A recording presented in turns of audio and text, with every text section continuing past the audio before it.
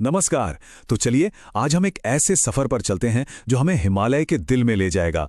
एक ऐसी जगह की कहानी सुनेंगे जो सिर्फ पत्थर और आस्था से नहीं बनी बल्कि चमत्कारों से बनी है। जी हाँ, हम बात कर रहे हैं केदारनाथ की। कहते हैं कि केदारनाथ के लिए ये कहावत एकदम सही बैठती है। ये वो जगह है जो एक मंदिर से कहीं बढ़कर है। ये एक एहसास है, एक आध्यात्मिक अनुभव है। तो इस पूरी कहानी को समझने के लिए हम सबसे पहले देखेंगे कि ये दिव्य स्थान कहाँ है। फिर जानेंगे इसकी उत्पत्ति से जुड़ी दो दिलचस्प पौराणिक कथाओं के बारे में। इसकी मजबूत वास्तुकला के राज को समझेंगे, इसके बचने की हैरान कर देने वाली कहानी सुनेंगे और आखिर में उस पवित्र यात्रा को महसूस करेंगे जो लाखों लोग हर साल करते हैं। तो चलिए अपनी यात्रा शुरू करते हैं केदारनाथ की लोकेशन और उसके गहरे आध्यात्मिक महत्व को समझने के साथ। जरा सोचिए, आप 3583 मीटर की ऊंचाई पर हैं। चारों तरफ बर्फीले पहाड़ हैं और पास से मंदाकिनी नदी बह रही है। कहते हैं कि यहाँ की हवा में ही एक अलग सी पवित्रता है जो सांसों में घुल जाती है। तो केदारनाथ इतना खास क्यों है? देखिए, यह सिर्फ एक मंदिर नहीं बल्कि भगवान शिव के 12 सबसे पवित्र ज्योतिर्लिंगों में से एक है। ज्योतिर्लिंग मतलब वो स्थान जहां शिव खुद प्रकाश के रूप में प्रकट हुए। और तो और ये सभी ज्योतिर्लिंगों में सबसे ज्यादा ऊंचाई पर मौजूद है। अच्छा, अब आते हैं इसकी कहानी पर कि आखिर ये मंदिर बना कैसे। इसके पीछे ना दो बहुत ही दिलचस्प और शक्तिशाली कहानियां जुड़ी हुई हैं। एक कहानी है तप और भक्ति की। कहते हैं कि नर और नारायण ऋषियों की कठोर तपस्या से खुश होकर भगवान शिव यहां हमेशा के लिए ज्योतिर्लिंग के रूप में बस गए।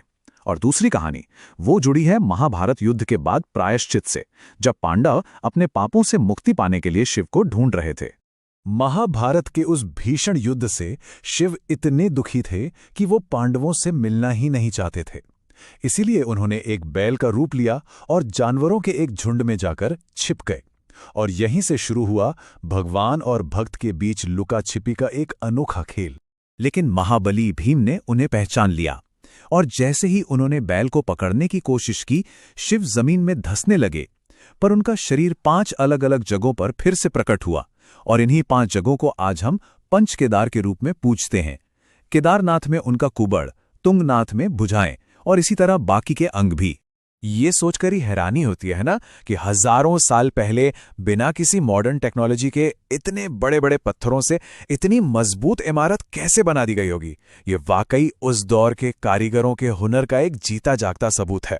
ये मंदिर जो आज हम देखते हैं ना, ये हजारों सालों की भक्ति का नतीजा है। माना जाता है कि शुरुआत पांडवों ने की, फिर 8वीं सदी में आदि शंकराचार्य ने इसे एक नया जीवन दिया और बाद में रानी अहिल्याबाई होलकर जैसी कई महान हस्तियों ने भी इसका जीर्णोद्धार करवाया। और इसकी मजबूती का अंदाजा आप इसी बात से लगा सकते हैं कि यह मंदिर कोई 10-20 साल नहीं बल्कि करीब 400 साल तक पूरी तरह बर्फ के नीचे दबा रहा। और जब बर्फ हटी तो मंदिर वैसा का वैसा खड़ा था। लेकिन इस मजबूती की असली परीक्षा तो अभी बाकी थी, और वो परीक्षा हुई हमारे अपने समय में, जब प्रकृति ने अपना सबसे रौद्र रूप दिखाया। बात है जून 2013 की। इस इलाके में एक ऐसी भयानक आपदा आई जिसने मंदिर के वजूद पर ही सवाल खड़ा कर दिया। एक भयानक बाढ़, एक सैलाब जो सब कुछ बहा ले जाने पर तुला था। पूरी केदारनाथ घाटी उसकी चपेट में थी। पानी, पत्थर, मलबा जो भी रास्ते में आया वो उसे निगलता चला गया। चारों तरफ बस तबाही ही तबाही थी। और उसी तबाही के बीच एक ऐसा चमत्कार हुआ जिस पर आज भी यकीन करना मुश्किल होता है। पानी के तेज बहाव के साथ एक बहुत बड़ी चट्टान, एक शिला, न जाने कहां से बहकर आई और मंदिर के ठीक पीछे आकर अटक गई।